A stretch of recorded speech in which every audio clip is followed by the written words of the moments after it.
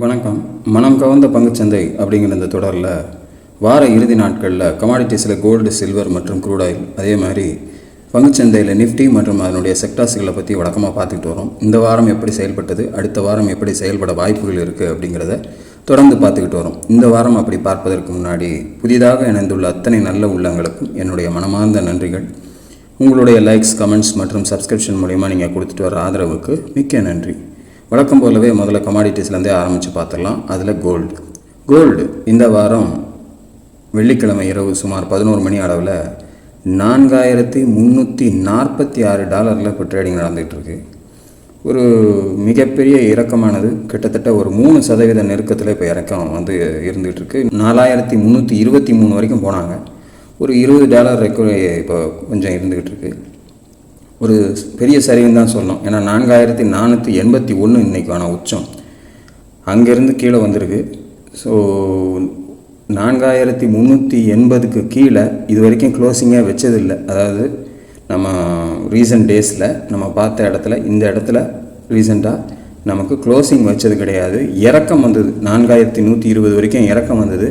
ஆனால் அதே நாளில் வேகமாக ரெக்கவர் ஆகி 4,380க்கு மேலே கொண்டு போய் க்ளோசிங் வச்சாங்க. அதுக்கு அடுத்த மறுநாளும் அதே மாதிரி ஒரு ரெக்கவரி இருந்துச்சு. அதுக்கப்புறம் ஒரு 2-3 நாட்கள் அந்த 4,380 ஒரு சப்போர்ட்டாக வச்சு அதன் பிறகு ஏற்றங்கள் இருந்து 4,875 வரைக்கும் போயிட்டு இந்த லெவலுக்குள்ளே தான் இப்போ ட்ரேடிங்கே நடந்துகிட்டு இருந்தது. பட் இந்த 4,380 கட் பண்ணி இப்போ ட்ரேடிங் போய்கிட்டு இருக்கிறது கரண்ட்லி இந்த வெள்ளிக்கிழமை நைட்டில்.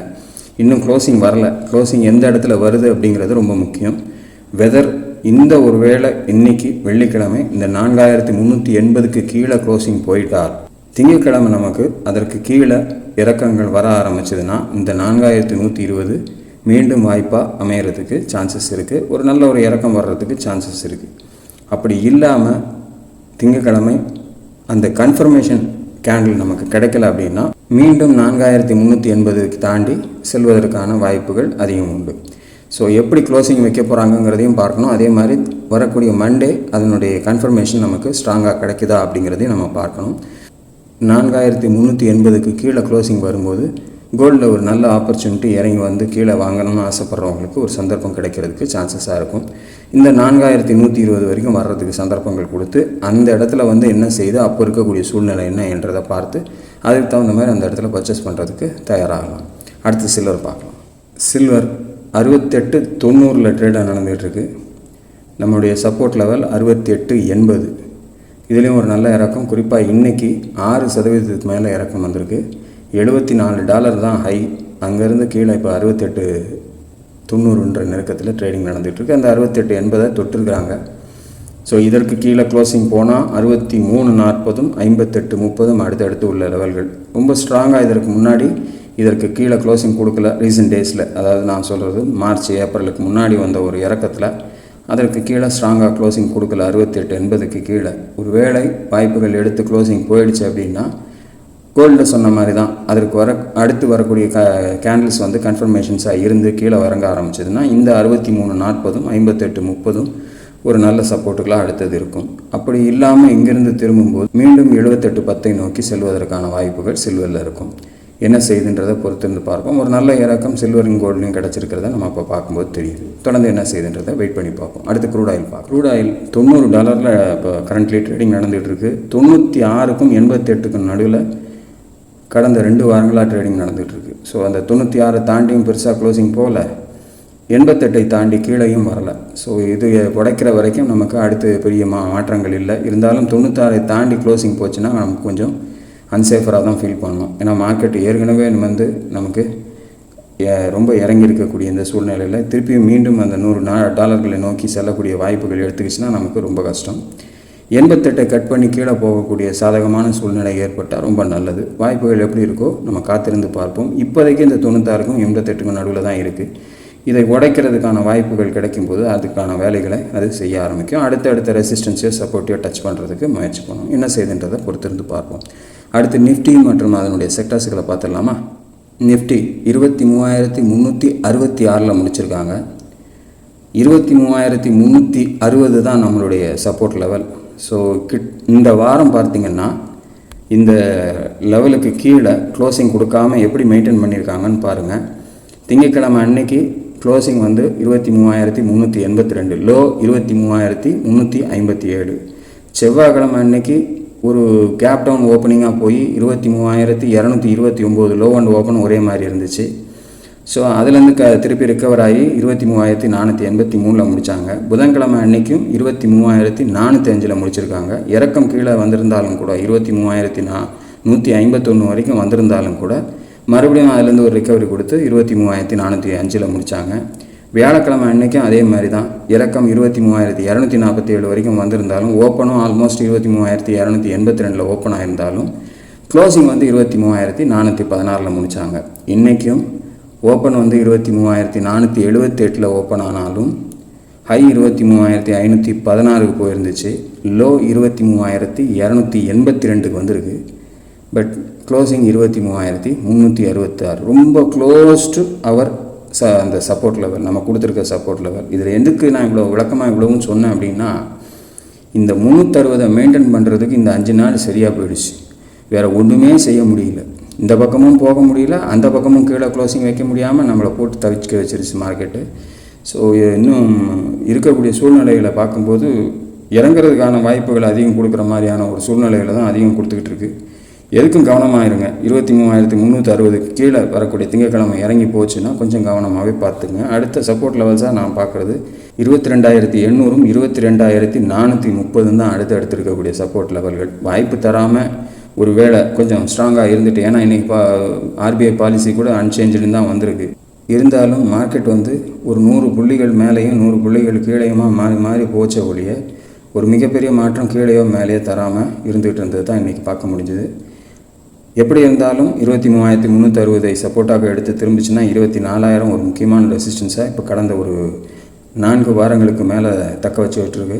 ஸோ அதை தாண்டாத வரைக்கும் நமக்கு பெருசாக மேலே ஒரு ரிக்கவரி இருக்காது. திங்கட்கிழமையினுடைய ஓப்பனிங் ரொம்ப முக்கியம். அதுக்கப்புறம் அது எப்படி சஸ்டெயின் ஆகுதுங்கிறதையும் கவனமாக பார்த்துக்கிட்டு அதன் பிறகு நம்ம புதிய முயற்சிகளில் ஈடுபடுறது நல்லது. அடுத்த செக்டார்ஸுகளை பார்த்துடலாமா? பேங்க் நிஃப்டி 54,496 முடிச்சிருக்காங்க. 54,360க்கு மேலே ஒரு க்ளோசிங். அஃப்கோர்ஸ் இந்த வாரம் பூராவுமே அதற்கு கீழே தான் இருந்துச்சு. இன்றைக்கி தான் அதற்கு மேலே கொண்டு வந்து கஷ்டப்பட்டு எடுத்து கொண்டாந்து நிறுத்தியிருக்காங்க. மார்க்கெட் இறங்கிட்டு வருது. பட் பேங்க் நிஃப்டி திரும்பி கீழே வந்த வேகத்துலேருந்து கிட்டத்தட்ட 53,000 வந்து ஒரு லெவலாக எடுத்து அங்கேருந்து தப்பிச்சு மேலே வந்திருக்கு. இன்றைக்கி ஆர்பிஐ பாலிசியும் வந்துட்ட அந்த நேரத்தில் இதனுடைய ஏற்றம் வந்து தக்க வைக்கப்பட்டிருக்கு. அவ்வளோதான். எனிவே 54,360 இப்போதைக்கு சப்போர்ட். அதற்கு கீழே 51,850, 53,000 கூட இப்போ நம்ம ஒரு சப்போர்ட் லெவலாக கூட நடுவில் எடுத்துக்கலாம். ஒருவேளை கீழே இறங்காமல் 54,360 தக்க வச்சுக்கிச்சுன்னா மேலே 56,320 தான் அடுத்து இருக்கக்கூடிய ரெசிஸ்டன்ஸ். ஸ்ட்ராங்காக இந்த வாரத்தினுடைய உச்சத்தை கடந்து செல்லும்போது நிஃப்டி பேங்க்கில் ஒரு மேலே செல்லக்கூடிய வாய்ப்புகள் அதிகமாக இருக்கும் அப்படிங்கிறத மனதில் வச்சுக்கோங்க. சந்தர்ப்பங்கள் கிடைத்தால் மட்டும் அதுக்கு அடுத்த முயற்சிகளுக்கு நம்ம இருக்கணும். அதாவது இந்த கேண்டில் வந்து நமக்கு அடுத்து வரக்கூடிய கேண்டில் இந்த வாரத்தினுடைய உச்சத்தை கடக்கும் போது நமக்கு வசதியாக இருக்கும். வாய்ப்பு தராமல் 54,360 கீழே வர ஆரம்பிச்சதுன்னா கவனமாக இருக்கிறது நல்லது. அடுத்த செக்டர் ஃபின் நிஃப்டி 25,056 முடிச்சிருக்காங்க. கடந்த வாரம் ஒரு 3 நாட்கள் கடுமையான இறக்கம் கொடுத்து திங்கட்கிழமையும் இறங்கிச்சு. அந்த திங்கட்கிழமை இறக்கமானதுக்கு அடுத்து செவ்வாய்க்கிழமை 24,850க்கு கீழே கொண்டு போய் க்ளோசிங் கொடுத்துருந்தாங்க. இருந்தாலும் அடுத்த 3 நாட்களும் தக்க வைக்கப்பட்டிருக்கு. குறிப்பாக இன்றைக்கி 25,056 முடிச்சிருக்காங்க. 24,850 இப்போதைக்கு ஒரு ஸ்ட்ராங்காக சப்போர்ட் எடுத்திருக்கு. இந்த இடத்துலேருந்து திரும்பி மேலே போனோம்னா இன்றைக்கான உச்சத்தை தாண்டி செல்லக்கூடிய வாய்ப்புகள் கிடைச்சா மட்டும் போகும். அப்படி வாய்ப்பு கிடைத்ததுன்னா 26,580 தான் அடுத்த ரெசிஸ்டன்ஸ். கீழே சப்போர்ட்டுன்னு பார்த்தீங்கன்னா 24,850, 24,050 ஒரு முக்கியமான சப்போர்ட்டாக ஃபின் நிஃப்டிக்கு இருக்கும் அப்படிங்கிறத மனதில் வச்சுக்கோங்க. அடுத்த செக்டர் நிஃப்டி ஐடி 29,010, 30,900 தாண்டி இந்த வாரத்தினுடைய செவ்வாய்க்கிழமை உச்சம் சென்றுச்சு. ஆனாலும் கூட புதன் வியாழன் இறக்கத்தை கொடுத்து 29,000 ஆல்மோஸ்ட் வந்துட்டாங்க. 30,000க்கும் கீழே இறங்கி வந்துருச்சு. ஸோ 30,000 தான் இப்போதைக்கு ரெசிஸ்டன்ஸ். கீழே 28,000 சப்போர்ட். இந்த 2 லெவலுக்கு நடுவில் வந்து மறுபடியும் நிற்க ஆரம்பிச்சிருக்கு. ஸோ ஐடி வரக்கூடிய வாரங்களில் 30,000 தாண்டுதா இல்லை 28,000 நோக்கி திரும்பி வருதான்றதை பொறுத்திருந்து பார்ப்போம். அடுத்த செக்டர் நிஃப்டி பார்மா 24,248 க்ளோசிங். 24,090 அப்படிங்கிறதுல ஒரு சப்போர்ட் எடுத்திருக்காங்க. அந்த இடத்துல பாருங்கள் கீழே இறங்கி போகாமல் வேகமாக இறக்கி பார்க்குறாங்க. அந்த இடத்துல பாருங்கள் ஒரு 3 நாட்களில் நல்ல ஒரு தடுக்கப்படக்கூடிய நிலைமையை பார்க்குறோம். கீழே இறங்கி போனாலும் கூட அங்கேருந்து இழுத்து கொண்டாந்து இந்த 24,900 கிட்ட கொண்டாந்து விடுறாங்க. இன்றைக்கி கொஞ்சம் அப்படி கேப்பில் மேலே போய் கொண்டு போய் தான் க்ளோசிங் கொடுத்துருக்காங்க. எனிவே 24,900 சப்போர்ட், மேலே 25,000 ரெசிஸ்டன்ஸ். 24,900 இவ்வளவு கஷ்டப்பட்டு நிறுத்தியும் உடச்சிட்டு கீழே போச்சுன்னா 23,100 தான் அடுத்து இருக்கக்கூடிய ஒரு ஸ்ட்ராங் சப்போர்ட்டாக இருக்கும் அப்படிங்கிறத மனதில் வச்சுங்க. பார்மா என்ன செய்து வரக்கூடிய வாரங்கள்ன்றதை பொறுத்திருந்து பார்ப்போம். அடுத்த நிஃப்டி FMCG படிப்படியாக இறங்கி வந்துருச்சு. 49,600 கட் பண்ணி போன வாரம் கீழே கொண்டாந்துட்டாங்க. இந்த வாரம் நல்ல ஒரு இறக்கம் கொடுத்து 47,600 அந்த லெவலுக்கு நெருங்கி வந்திருக்கு. ஆல்மோஸ்ட் 47,851 லோ வந்திருக்கு. ஸோ இன்னொரு 200 புள்ளிகள் 250 புள்ளிகள் தான் கீழே வரணும். இருந்தாலும் இந்த கடைசி 4 நாட்கள் ரொம்ப இறக்க விடாமல் அந்த இடத்துல 48,000 கீழே கொண்டு போகக்கூடாதுன்றதுக்காக நிறுத்தின மாதிரி கொண்டாந்து நிறுத்தியிருக்காங்க. 48,302 க்ளோசிங் கொடுத்துருக்காங்க. ஸோ 49,600 ரெசிஸ்டன்ஸ், கீழே 47,600 சப்போர்ட். அந்த லெவலுக்கு நடுவில் தான் இப்போ FMCG நின்றுட்டுருக்கு. வரக்கூடிய வாரம் எந்த பக்கம் நகருதுன்றதை பொறுத்திருந்து பார்ப்போம். அடுத்த செக்டர் நிஃப்டி ஆட்டோ 26,165 முடிச்சிருக்காங்க.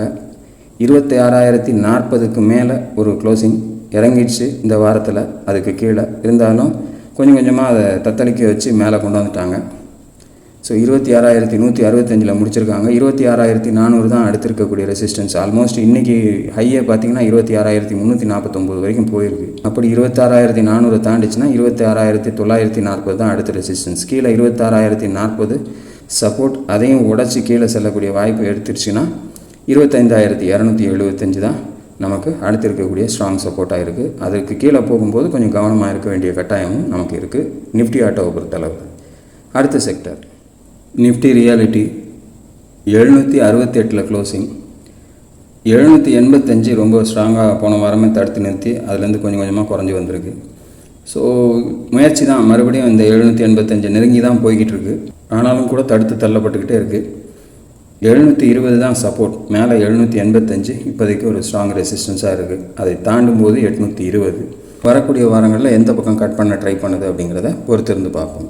அடுத்த நிஃப்டி மெட்டல் 13,221 க்ளோசிங். 13,860 கிட்ட ரெசிஸ்ட் ஆகிடுச்சு போன வாரமே. ஸோ போன வாரமே ஒரு இறக்கத்தை கொடுக்க ஆரம்பிச்சிது. ஸோ இந்த வாரமும் அதுலேருந்து படிப்படியாக இறங்கி மறுபடியும் 13,070 நோக்கி வந்துக்கிட்டு இருக்குது. ஸோ 2-3 வாரங்கள் அந்த இடத்துல இந்த லெவலுக்குள்ளே தான் இருந்துகிட்டு இருக்குது. இதிலேருந்து உடச்சி கீழே வரும்போது மீண்டும் 12,320 வரைக்கும் வர்றதுக்கு சந்தர்ப்பங்கள் எடுத்துடும்.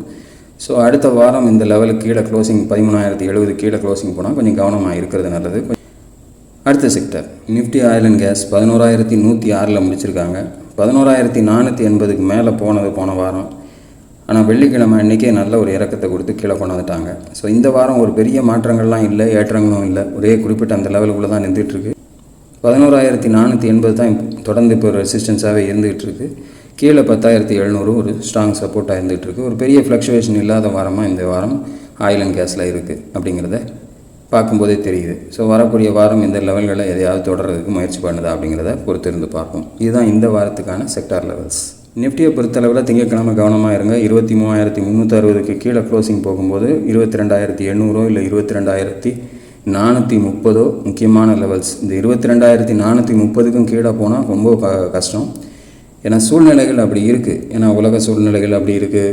நமக்கு பெட்ரோல் டீசல் ப்ரைஸஸை வந்து டெய்லி சேஞ்ச் பண்ணிக்கிட்டே இருக்காங்க. அதே மாதிரி வணிகத்துக்கு உபயோகப்படுத்தக்கூடிய, அதாவது ஹோட்டல் ரெஸ்டாரண்ட்ஸுகளுக்கு யூஸ் பண்ணக்கூடிய சிலிண்டர் விலைகளில் அப்பப்போ ஏற்றங்கள் வந்துக்கிட்டே இருக்குது. அதனால் அந்த ஹோட்டல்களில் வாங்கி சாப்பிட்றவங்களுக்கு பொருட்களுடைய விலைகள், பெட்ரோல் டீசல் ப்ரைஸஸ் ஏறுறதுனால நமக்கு வரக்கூடிய டிரான்ஸ்போர்ட்டேஷனாக வரக்கூடிய பொருட்களுடைய ரேட்ஸ் எல்லாம் சேஞ்சஸ் ஆகிறதுக்கு வாய்ப்புகள், சாப்பிடக்கூடிய பொருட்கள்லேருந்து எல்லாமே விலை ஏறக்கூடிய வாய்ப்புகள் ஏற்பட்டுச்சுன்னா ஒரு எக்கானமி ஸ்லோடவுன் அப்படின்னு சொல்லக்கூடிய நிலைமை ஏற்படுறதுக்கு வாய்ப்புகள் அதிகமாகிட்டே போயிட்டே இருக்குது. ஸோ அது எங்கே வந்து எப்படி செயல்படும் அப்படிங்கிறத சொல்ல முடியாது. அடுத்து ஒரு 4 மாதங்கள் கொஞ்சம் காமாகவே நம்ம மார்க்கெட்டை கவனமாக பார்த்து ட்ரேட் பண்ணுறதுன்றது நல்லது. என்கிட்ட கொஞ்சமாக தான் சார் பணம் இருக்குது அப்படின்னா ரொம்ப ஜாக்கிரதையாக செயல்படுங்க, அவசரப்பட்டுறாதீங்க. சரி இப்போ இறங்கும் போதெல்லாம் டக்குன்னு மேலே போய்கிட்டே இருந்துச்சுன்ற மாதிரி நினைக்காதீங்க. இப்போ இருக்கக்கூடிய சூழ்நிலை உலக பொருளாதாரத்தையே கொஞ்சம் தடுமாற வச்சுக்கிட்டு இருக்கு. அப்படியே நான் பங்குகளை பற்றி சொன்னாலும் கூட சரியான வாய்ப்புகள் கிடைக்கலன்னா என்ட்ரி கொடுக்காதீங்க. என்ட்ரி எடுத்தாலும் கண்டிப்பாக கீழே தடுப்பு வைத்து மேலே உங்களுடைய என்ட்ரிக்கு கொண்டு போங்க. ப்ராஃபிட் பண்ணுறதை விட லாஸை குறைக்கிறது ரொம்ப முக்கியமான விஷயம். அதை செய்ய தெரியாமல் தான் பல பேர் பங்குச்சந்தையை கண்டு பயந்தும் ஓடி இருக்காங்க. அதனால் கொஞ்சம் கவனமாகவே இருந்து வரக்கூடிய நாட்களை சந்திக்கிறது நல்லது. தொடர்ந்து அடுத்த வீடியோவில் நான் எனக்காக தேர்ந்தெடுத்த சில பங்குகளை உங்களோடு பகிர காத்து கொண்டு இருக்கிறேன். அதுவரையும் நன்றி, வணக்கம்.